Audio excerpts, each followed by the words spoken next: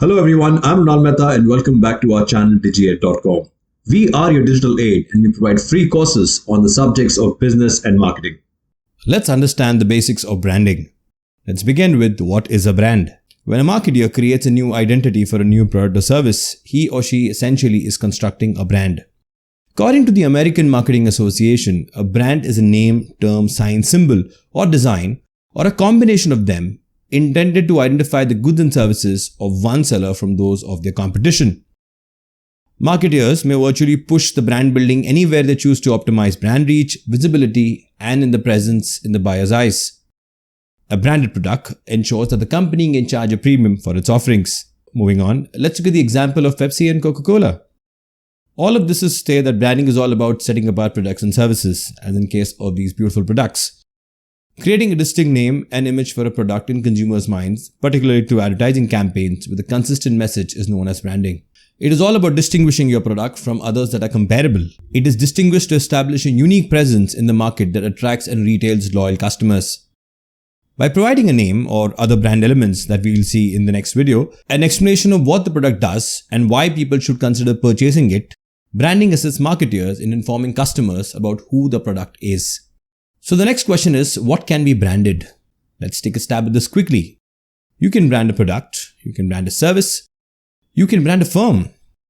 Additionally, you can also brand a person, place, and sports and entertainment. Now moving on to the concept of brand awareness. The probability of customers remembering the brand in different situations is called brand awareness. Brand awareness is divided into brand recognition and brand recall. This concept is very important because ideally, you would want your customer to ideally recognize and therefore recall your brand. Let's look at each one of them briefly, starting with brand recognition. Brand recognition means customers identify the brand in multiple situations and can depend on identifying any of the brand elements like name, logo, character, etc. Brand recall, on the other hand, is different compared to brand recognition. An external incentive does not drive it. It's about remembering the brand in certain situations without any element in front of it. Let's look at an example here of the McDonald's symbol M or the brand McDonald's. The first thing one notices about pulling up at a McDonald's restaurant is the simple yet prominent golden curves that form the letter M, and thus you recognize there is a restaurant called McDonald's nearby. The simplicity of the logo enables people of any age across the globe to recognize it, so recognition is in place. Moreover, the urge for a quick bite or fast food enables recallability of McDonald's as a food option. Moving on to the importance of branding. Let's look at the importance of branding to your customers. First, it helps in easy decision making. With the knowledge and the search of information, customers make quick and informed buying decisions regarding the company, for example, Uber. Next, it reduces the risk in product decisions. Customers can find out several types of risk associated with buying and utilization of a product. Thus, in case of Apple products, they know that there is no risk as far as quality is concerned. Next, shopping behavior. Branding allows customers to simplify the product shopping experience by allowing them to quickly and efficiently determine what they want. It considerably lowers the amount of time and money spent on products that aren't suitable for them. Example, Durex products. Next, emotional attachment. The goal of branding is to create a brand that adds value to the product's features and functions. This value stems from a brand's personality and image, which customers are emotionally connected to, such as Xbox. Next, habitual buying.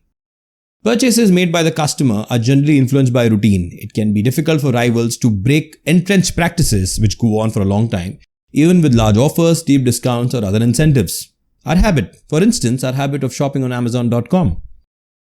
Next, let's look at the importance of branding to firms. First, it acts as an entry barrier to other brands. For instance, a strong brand that meets customer needs efficiently creates a barrier to entry of other brands into the market. This is due to the brand loyal customers that take a long time to switch to another brand or not at all.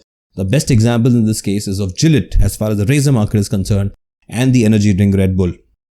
Next, branding improves recognition. A logo is one of the significant components of a company's brand. A professional logo design is simple to remember and catchy enough to give the desired recognition to the company. For instance, the logo of Netflix or even the N symbol on your smartphone makes it easier to recall and recognize the brand Netflix. Next, branding creates trust. Reliability and trust are two crucial elements built by professional appearance, and in this case, the example of JP Morgan Chase Bank. Next is the identification of the market. An organization brand serves as a calling card for the market in which it is positioned to assume distribution responsibilities such as warehousing, as well as classifying, selling, and after-sales support. Now, in this case, Coca-Cola works wonders for its 3,500 global brands. Next is unique association. The brands association are all the result of all the impression and sentiments that is planted in the people's mind. For instance, Coca-Cola's Choose Happiness campaign. And finally, high market share. A delighted client would suggest the same products to other friends who may help them acquire more consumers. For instance, airbots with a 30% global market share. So that's it, folks. This brings an end to the topic on introduction to branding and understanding the basics. These are the list of sources and links referred to for our content in the video. Thank you and stay tuned for our more videos.